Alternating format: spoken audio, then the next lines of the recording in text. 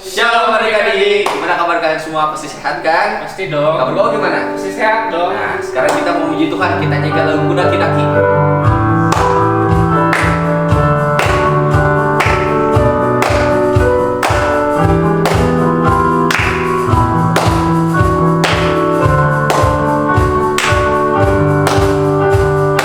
Pakai gerakan ya, adik-adik ya. Ku daki-daki, daki-daki gunung yang tinggi, turun lembah yang dalam, melintasi padang bukit luas membentang. Yesus besertaku. Kita terbang, terbang, terbang, terbang, terbang luar angkasa. Selam, selam, selam, selam dalam lautan. Dayung, dayung, dayung, dayung perahu di sungai. Yesus besertaku, karena Kau ada. Di kiri Kau ada, di atas dan di bawah Kau ada. Di suka Kau ada, di duka pun Kau ada, karena Engkau Yesusku. Sekali lagi kita nyanyi dari awal.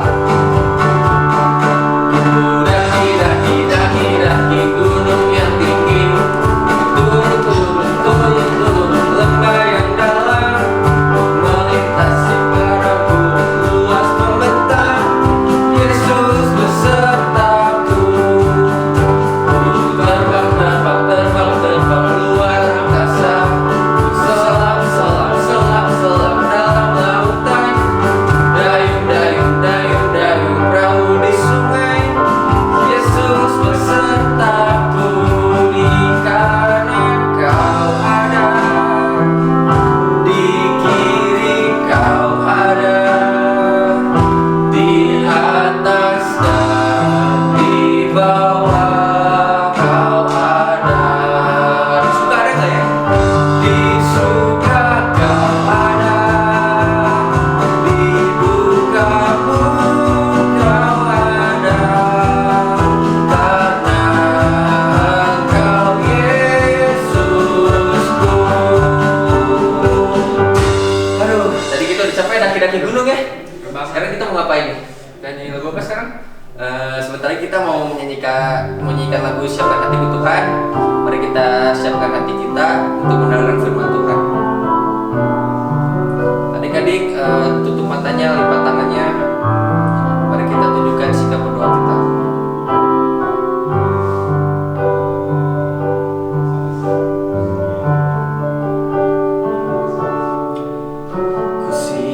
Kusiapkan hatiku Tuhan untuk dengar firman-Mu saat ini.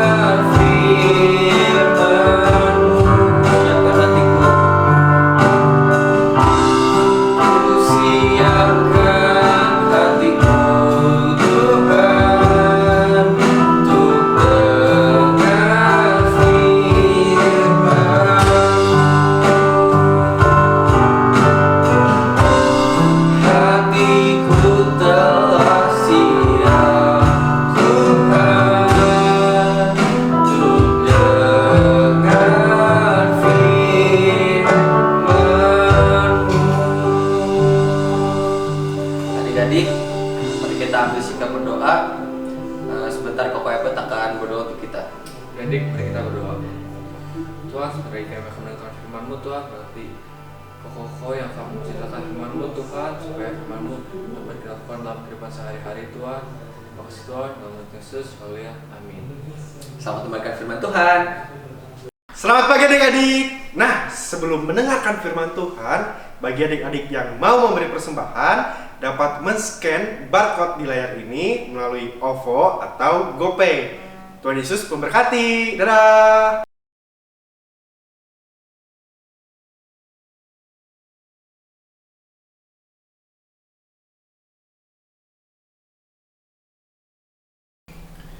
Ya, shalom adik-adik. Nah, sebentar lagi kita akan mendengarkan sebagian dari firman Tuhan. Nah, sebelumnya Koko mau review sedikit tentang apa yang udah kita pelajarin selama 1 bulan ini.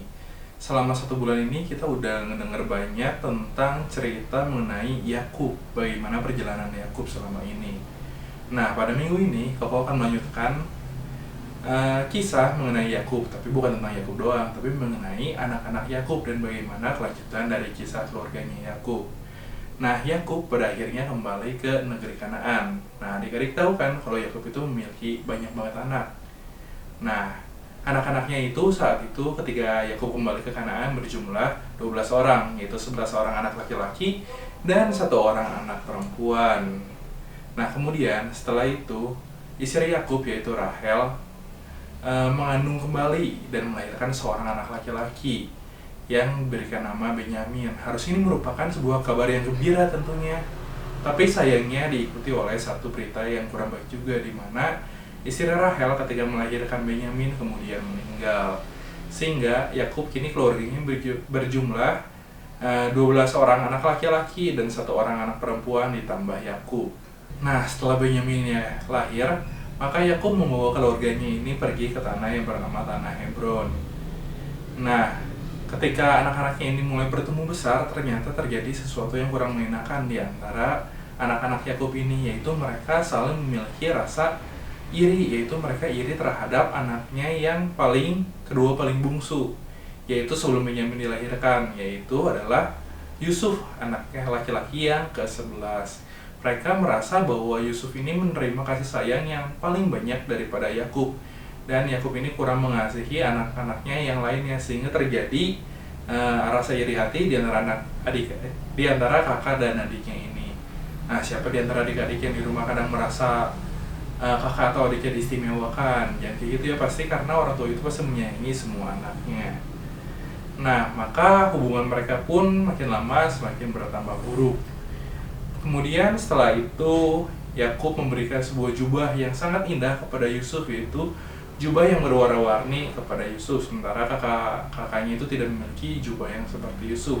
Ini menambah buruk keadaan mereka dan semakin mereka bertambah iri. Nah, tidak hanya sampai di sana saja, keadaan ini pun bertambah buruk karena Yusuf memiliki sebuah mimpi yang diceritakan kepada kakak-kakaknya. Nah, apakah mimpi tersebut? Mimpi tersebut bisa kita lihat di Kejadian 37 ayat yang ke-7. Yuk kita baca bersama-sama. Kejadian 37 ayat 7. Tampak kita sedang di ladang mengikat berkas-berkas gandum, lalu bangkitlah berkasku dan tegak berdiri. Kemudian datanglah berkas-berkas kamu sekalian mengelilingi dan sujud menyembah kepada berkasku itu. Nah, adik-adik tahu nggak sih berkas itu seperti apa? Nah, kalau kalian belum tahu, kalian bisa lihat ya gambar berikut ini. Ini adalah bentuk dari berkas-berkas gandum. Setelah Yusuf menceritakan mimpi ini kepada kakak-kakaknya semakin marah kepada Yusuf. Mereka berpikir bahwa apakah kami semua harus menyembah kepadamu karena kamu bermimpi seperti itu? Dan kakaknya itu tidak senang dengan mimpi yang diceritakan oleh Yusuf.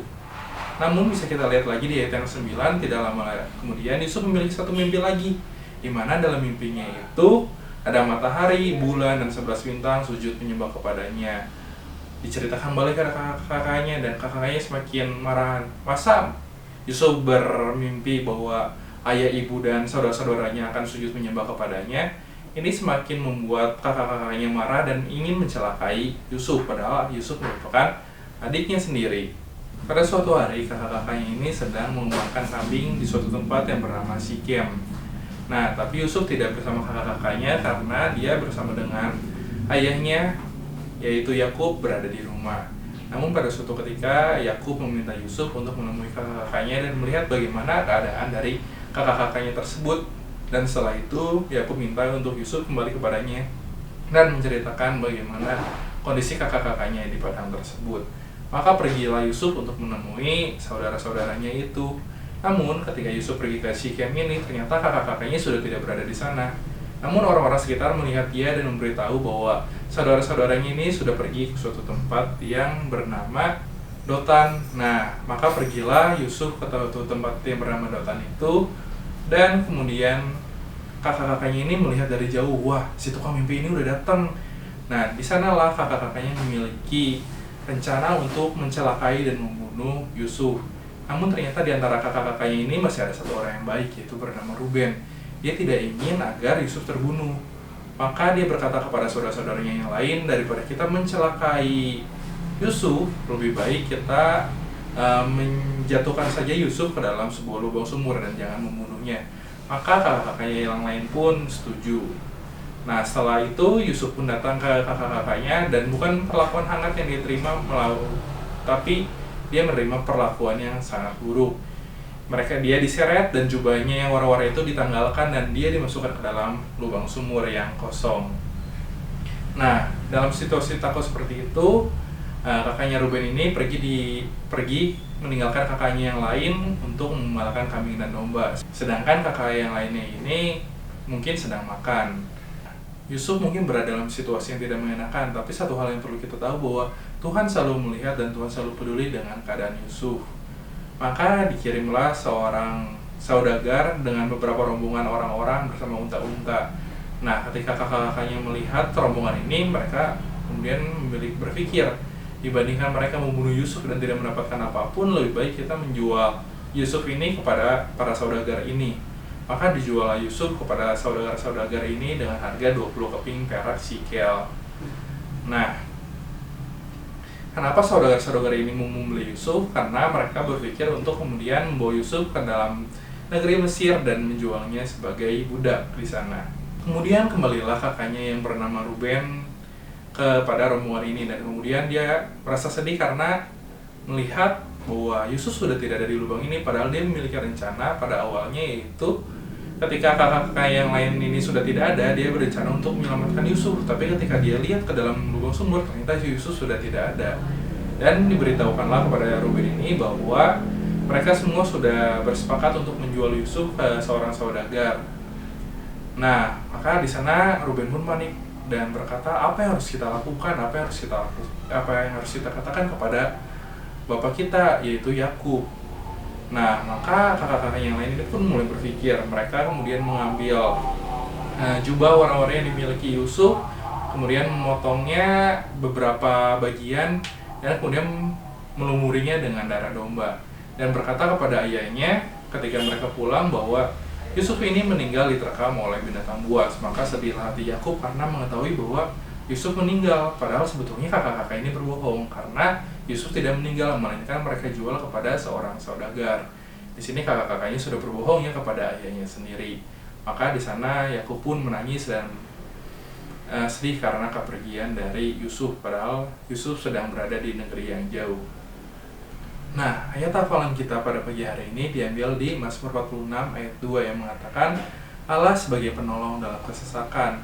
Kita tahu bahwa mungkin kadang kita mengalami kondisi-kondisi yang gak enak. Mungkin belum separah Yusuf mengalami kondisi yang gak enak banget, berada di lubang sumur sendirian, kemudian dijual sebagai budak. Namun kita pun pasti dalam kehidupan sehari-hari pasti mengalami masalah-masalah, baik dalam masalah keluarga, masalah sama teman-teman kita, masalah sama saudara-saudara kita, ataupun masalah-masalah lainnya. Tapi ingatlah, dalam setiap masalah itu Tuhan pasti peduli dan pasti menyertai kita. Nah, kelanjutan dari kisah Yusuf akan dilanjutkan pada minggu-minggu berikutnya, bagaimana cerita bahwa ternyata Yusuf diberkati Tuhan di tanah Mesir. Ternyata Tuhan memiliki rencana yang luar biasa untuk kehidupan Yusuf. Nah, begitu pula dengan kehidupan kita. Kita percaya walaupun kita kadang berada dalam masalah, pasti kita berada dalam perlindungan dan penyertaannya Tuhan. Nah, segitu aja firman Tuhan pada hari ini. Mari kita bersatu di dalam doa. Tuhan, Allah Bapa kami yang bertata di dalam surga, Tuhan, terima kasih atas berkat-Mu, atas pimpinan-Mu, sehingga kami dapat menyaksikan ibadah sekolah minggu online bersama-sama pada pagi hari ini. Biarlah kiranya Tuhan yang memberkati apa yang sudah kami dengarkan, sehingga apa yang kami dengarkan dapat berguna dalam kehidupan kami sehari-hari, dan kami makin percaya bahwa sekalipun kami menghadapi masalah, kami percaya bahwa Tuhan bersama-sama kami dan Tuhan melindungi kami, dan Tuhan selalu peduli dengan situasi apa yang kami sedang hadapi. Karena itu Bapa, kami percaya bahwa setiap langkah dalam kehidupan kami Engkau selalu menyertai. Di dalam nama Tuhan Yesus Kristus kami berdoa dan mengucap syukur. Haleluya. Amin.